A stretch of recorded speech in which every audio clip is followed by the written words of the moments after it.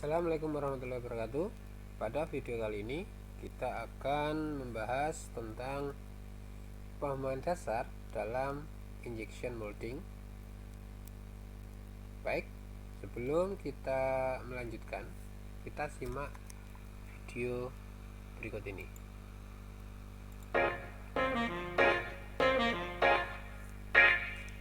Halo teman-teman, kembali lagi ke channel Humble Engineer.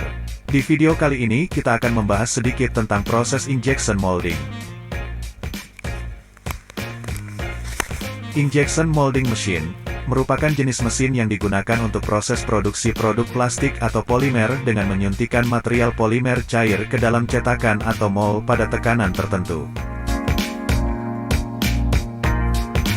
Pada tahun 1872, seorang engineer asal Amerika, John Wesley Hyatt, mempatenkan mesin injection molding pertama bersama dengan saudaranya.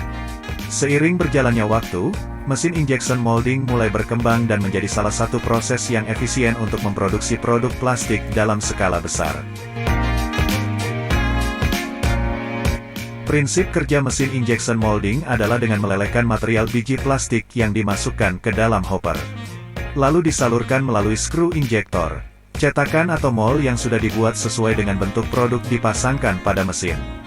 Ketika proses dimulai, clamping unit akan mendorong bagian cetakan ke depan hingga cetakan tertutup rapat. Setelah itu, injektor skru akan menyuntikkan material plastik cair ke dalam mold dengan tekanan tertentu, hingga memenuhi seluruh rongga kosong pada cetakan. Begitu cetakan sudah terisi penuh, akan dilakukan pendinginan beberapa saat hingga material dalam mold mengeras. Clamping unit akan menarik sebagian cetakan kembali ke belakang bersamaan dengan proses pengeluaran produk yang sudah solid dari cetakan. Jenis-jenis injection molding biasanya hanya dibedakan dari sistem penggeraknya, yaitu dengan menggunakan sistem hidrolik, mekanik, ataupun elektrik. Ada juga jenis yang digabungkan dengan proses peniupan udara pada prosesnya atau biasa disebut injection blow molding. Proses ini umumnya digunakan untuk pembuatan produk yang memiliki rongga yang lebih besar di dalamnya dibandingkan ketebalan produknya, seperti botol plastik, galon air mineral, penampungan air, dan lain-lain.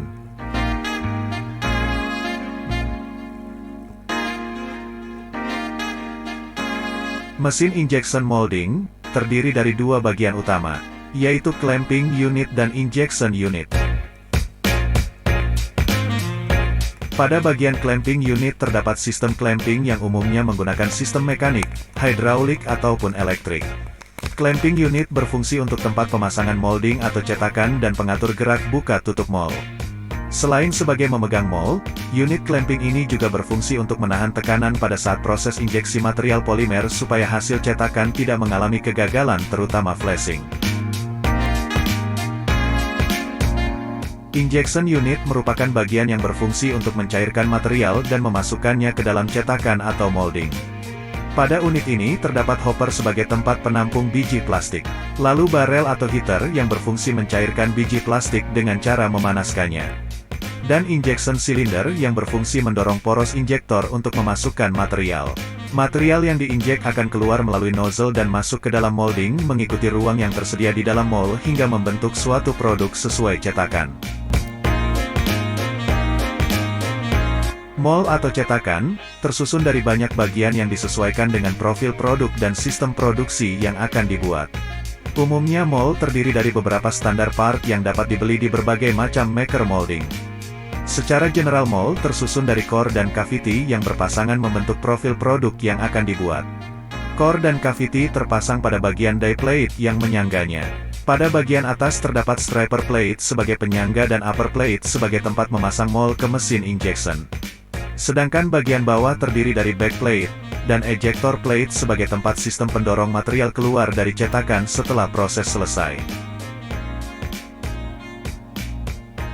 Selain itu terdapat screw bushing yang berfungsi mengarahkan material dari nozzle ke dalam cavity melalui runner dan gate. Dan masih banyak lagi bagian-bagian mold lain yang melengkapi sistem kerja mold ini supaya dapat beroperasi semaksimal mungkin. Pada mold atau cetakan, terdapat pula sistem pendinginan untuk menjaga suhu mold dan mendinginkan material hasil cetakan. Fungsi menjaga suhu mold supaya stabil adalah untuk menghindari pemuaian material mold terutama pada bagian cavity. Jika cavity mengalami pemuaian atau suhunya berubah-ubah, akan membuat hasil produk yang dicetak tidak memiliki ukuran yang seragam. Sistem pendinginan pada mold bisa berupa angin ataupun cairan pendingin yang tersirkulasi. Sistem pendingin ini dipasang pada mold dan melewati bagian yang berdekatan dengan core dan cavity. Selain itu pada mold juga dipasang venting atau saluran keluaran udara yang berfungsi untuk jalan keluarnya udara ketika material plastik dimasukkan. Nah teman-teman, sekian sharing kita hari ini. Masih banyak lagi pembahasan tentang proses kerja injection molding ini. Meskipun yang kami sampaikan hanya sebagian kecil saja, semoga dapat bermanfaat bagi teman-teman semuanya. Terima kasih telah menonton video ini dan sampai jumpa di video kita yang lainnya. See you. Baik, kita sudah melihat video dari Humble Engineer tentang plastic injection. Nah, pada materi ini ada pun capaian pembelajaran. Kita adalah teknik dasar proses produksi pada bidang manufacturing mesin. Nah, deskripsinya adalah nanti kita meliputi praktek dasar yang terkait dengan seluruh proses produksi dan teknologi yang diaplikasikan dalam industri manufaktur. Antara lain praktek dasar alat ukur ya, di pada metrologi, perkakas tangan bertenaga, ini pada kerja bangku, kemudian peralatan angkat dan pemindah bahan, kemudian serta pengenalan teknik pemesinan ya, baik bubut, milling, dan teknik pengelasan, teknik CAD ya, computer aided design, kemudian simulasi CAD CAM, kemudian pada 3D printing. Nah, di sini kita pada mold and dies, plastic molding, jig and fixture dan jenisnya. Ini untuk capaian pembelajaran kita. Yang selanjutnya kita ulas sedikit tentang apa itu injection molding. Nah, pada dasarnya yang namanya injection molding itu adalah proses mencetak plastik, di mana plastik dilelehkan ya di barel dan disuntikan atau diinjeksikan ke dalam mold yang tertutup rapat. Lelehan tersebut memenuhi ruang pada mold sesuai dengan produk yang diinginkan. Nah, fokusnya nanti pada materi kita ini kita akan melakukan desain membuat sebuah mold yang nanti digunakan untuk proses injection. Nah, apa sih keuntungan dan kerugian menggunakan injection molding? Baik, untuk yang pertama keuntungan terlebih dahulu, yaitu kecepatan produksi yang tinggi. Dengan adanya molding, kita akan lebih cepat untuk menghasilkan produk yang dalam jumlah yang besar. Kemudian toleransi tinggi dan berulang.